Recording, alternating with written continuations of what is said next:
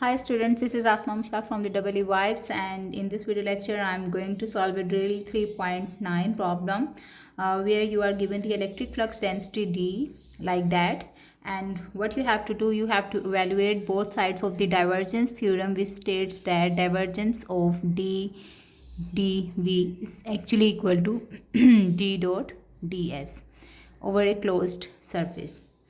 Fine. And you are given the limits or the closed surface area which is bounded by rho is equal to 2, phi is equal to 0 to pi, while z is varying from 0 to 5. First of all, we will draw the shape. Since these are the coordinates of the cylindrical, that's why you can clearly see over here, if it is the x-axis, it's the y-axis, and here you are having the z-axis. Then what we need to do, we just need to consider phi to be from 0 to pi, because you get a whole cylinder for the range of 0 to 2 pi, but right now phi is varying from 0 to pi, and the range or rho is equal to 2 from 0 to 2, while the length of this particular cylinder is around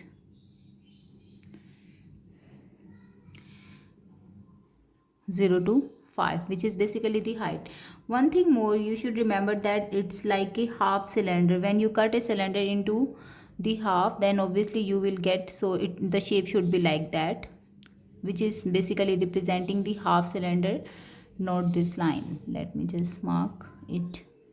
So in this way you will get a half cylinder or cylindrical region, which is actually the enclosing surface now. And first of all, we will evaluate the left hand side, according to which first you need to evaluate the divergence of D in the cylindrical coordinate system. The formula for the divergence in the cylindrical coordinate systems is given as 1 over rho partial over partial rho, then rho into d rho component, fine, then plus 1 over rho again, then partial over partial phi, the phi component of the flux density, and finally partial over partial z and the z component of the flux density. Fine. Right now you can see in the expression we are having only the rho component and the phi component. That's why I'll just substitute the value in this expression in order to get or apply this formula. So here rho comes again. Now I have to write the d rho components, which is along the row of a row. So its value is 6 rho sine 1 over 2 phi, then plus 1 over rho and partial over partial phi, and inside the bracket again I will be writing the phi component, which is 1.5 rho cos of 1 over 2 phi. Okay, let's just simplify it and you will see partial over partial rho, and it becomes rho square or 6 rho square basically, because rho into rho 6 rho square sine 1 over 2 phi, then plus 1 over rho as it is, and partial over partial phi of 1.5 rho cos of 1 over 2 phi. Okay, and the next step is to just differentiate it or take the partial derivative of this above expression. Here rho will be treated as a variable because the partial derivative is with respect to rho, while the phi will be treated as a constant. So if you will differentiate 6 rho square, it becomes, you will apply the power rule of differentiation, which says x raised to power derivative or d by dx of x raised to power n is equal to n x n minus 1. So using the same formula you will get 12 rho, then sine 1 over 2 phi, then plus 1 over rho as it is, and here The phi is actually the variable while rho will be treated as a constant. So you will bring it out from the derivative expression and you will differentiate the cos 1 over 2 phi with respect to phi, which gives you what? It gives minus 1 over 2 sine 1 over 2 phi, because the derivative of the cos is negative. Okay, so when you will simplify it, you can cancel out these rho terms with each other, and the expression you will have 12 sine 1 over 2 phi, and then minus, when you will divide 1.5 by 2, you will get 0.75 sine 1 over 2 phi. Since both terms are same, they are being subtracted, so you will get 11.25 sine 1 over 2 phi, which is actually the divergence of the D. So far you have evaluated this. Okay, next what we have to do, we have to integrate it over the volume, and the volume of the cylindrical coordinate system is actually given as dV, and this is equal to rho d rho d phi dz. So let's just integrate this expression that we have gotten, 11.25 sine 1 over 2 phi, which is the value of the divergence of t, and then rho d rho d phi dz. Okay, since it's a volume integral, so three integrals will be involved in it. I'll bring it out 11.25 since it's a constant, and then I'll integrate like rho d rho, then sine 1 over 2 phi d phi, and the last integral is over along the z component or the dz. Okay, so rho varies from 0 to 2, phi varies from 0 to pi, and z varies from 0 to 5. Let's just simplify this expression. So you will get 11.25 constant over here. Integration of rho with respect to d rho gives rho square over 2, and the limit is from 0 to 2. Then integration of sine 1 over 2 phi gives us minus cos of 1 over 2 phi, and then you have to divide with the constant multiple of the angle. So 1 over 2 phi gives us 2, and the limit is from 0 to pi. Okay, the last term is z, and I will have to apply the limits from 0 to 5. So it comes out to be 11.25 divided by 2. Here you will get 4 minus 0, which is 4. Then okay, here the 2, this one, and let's apply the limit. So minus cos 1 over pi by 2 gives us minus 0, minus minus plus, and then cos of 0 is 1. That's why you will get 1, and here you will have 5 right now. If you will simplify this expression further, and when you will solve it, you will get the answer comes out to be 225, which is actually the value of divergence of d into dv. So we have evaluated the left hand side of the integral. Okay, while applying this formula, as this formula is splitted along each surface, so you can see how many surfaces are involved in this enclosing region. The first one is the top surface, the second one would be the bottom surface. Let me highlight it as well. This one is the bottom surface, then the circular or the cylindrical surface or the half cylinder surface, that we can highlight like that, and then the last plane, which is actually opposite to this page. All right, that I am highlighting. Fine. So in this way, 4 surfaces are involved: top, bottom, the plane, and the cylindrical surface. So let's just split this integral into the 4 further integrals. So d dot ds will be divided into the top, d dot ds, then at the bottom, then d dot ds on the cylinder, and finally d dot ds on the plane. Okay, if you look at the expression of the surface, if you look at the expression of this electric flux density, which is having the rho component and the phi component, fine. And if you look at the top surface, this is the top surface and its area is pointing upward. So ds is pointing upward or along the AZ head. Okay, while the electric flux density is having the rho and phi component.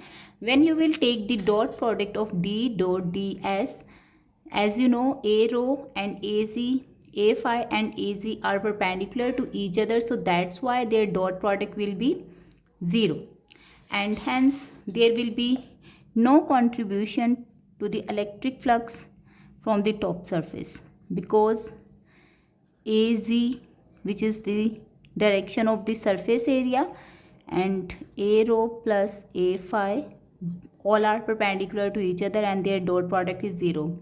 Same is the case for the bottom surface. Why? Because the bottom surface is actually pointing downward, while the flux is having the rho and phi component and it's along the negative z direction. Again their dot product will be 0, so that's why no contribution to the flux from the bottom side. Now the third surface is the cylindrical surface. We know that the cylindrical surface point along the tangent or along the phi component. So let's just evaluate d dot ds first. All right, let's just see how it works. So d is given as 6 rho sine 1 over 2 phi a rho hat plus 1.5 rho cos 1 over 2 phi a phi hat. And the area of the cylindrical surface can be evaluated by taking a small patch of it. So this is this small patch that is extracted from the cylindrical surface. This side will have the rho d phi length, while this side has dz. So the area is actually rho d phi dz, and the cylinder always points outward. It extends outward, and it's not along the phi component, it's actually along the a rho component, because cylinder expands or contract in the rho direction. So that's why it can be compressed or it can be expanded by increasing or decreasing the rho component. So the surface area has the unit vector of a rho hat. When you will take the dot product of it, you will just have the rho component, and the phi component will be eliminated because the dot product of a rho and a phi is 0. So here you will have 6 rho square sine 1 over 2 phi, then d phi and dz. Let's just integrate it now, and you will get 6 rho square sine 1 over 2 phi d phi dz. The derivatives are with respect to phi and z. So 6 rho square will be treated as constant, and let's just integrate it now. Sine 1 over 2 phi d phi and then dz. Apply the limits from 0 to pi and then 0 to 5. So 6, as the value of the rho is equal to 2 in this case, because the cylinder has the radius of 2, so that's why 2 square. All right, then the integral of this will be minus cos 1 over 2 phi, and then you have to multiply it with 2 and apply the limits from 0 to pi, and here you will have 5. All right, so it becomes 6 into 4, then this minus 2 will be taken out from the expression, and obviously it comes out to be 1 when you apply the limits, and here you are having 5, and here it becomes plus 2y, because when you apply the limits then the sign changes, and when you will simplify it you will get the answer is equal to 214. Fine, so this is the third surface integral that we evaluated. Now let's look at the last surface which is left, and that one was the plane. So this plane, let me highlight this plane that I had marked vertically. This plane actually points along the phi axis, and it points to the positive phi axis when the range is from 0 to less than pi, and as the pi increases it start pointing in the opposite direction of phi. Fine, and if you remember how we defined the cylindrical coordinate systems, so this plane is something like that.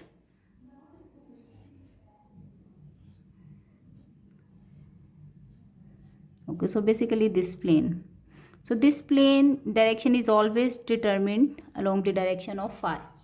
So that's why as long as the phi angle is less than pi, it points in the positive phi direction, and when the phi exceeds from pi, it points in the negative phi direction. Fine, and the area of the plane can be determined by drawing again a small patch, and it can be seen that its length is d rho while its length is dz.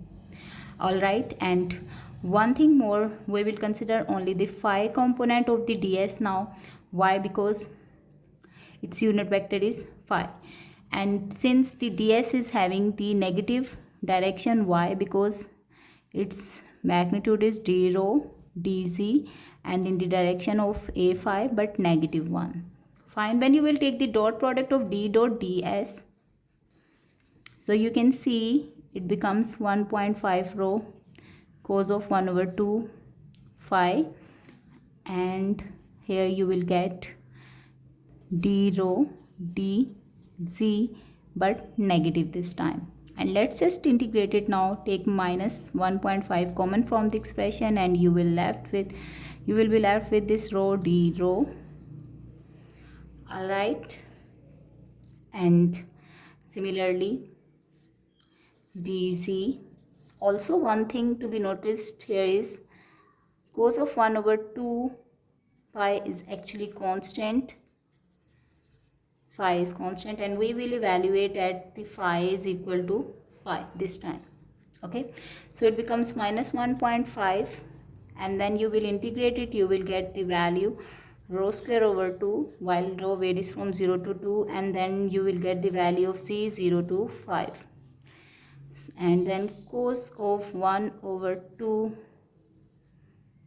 or what you will get over here, cos of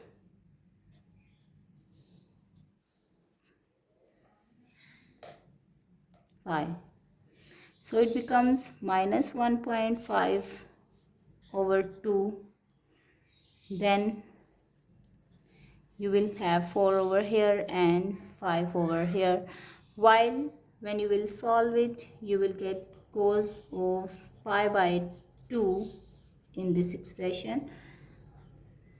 So 2 2's will be cancelled, 5 2's are 10, and 10 into 1.5 will give minus 15. Fine. Okay, it becomes otherwise 0 if I substitute the value of pi, but if you look at the plane, let's just look at this plane. So at this plane, when you talk about the value of phi, then we will have to consider the value of 0. So phi is basically 0 in this case, not pi. So 0 over 2, it's also 0, and here it's 0 because it is actually cutting the axis, the x-axis or the phi axis. So we will consider the phi is equal to 0. So cos of phi or cos of 0 is equal to 1 in this case. That's why it result in minus 15. And when you will add up the values of all these integrals, since it was equal to 240 minus 15, it results in 225. Fine. Why I have taken the value of 0 on this plane? Because when we move along this axis or something like that, and the plane that we get, then on that particular plane the other axis value is equal to 0. That's why. Thank you for watching.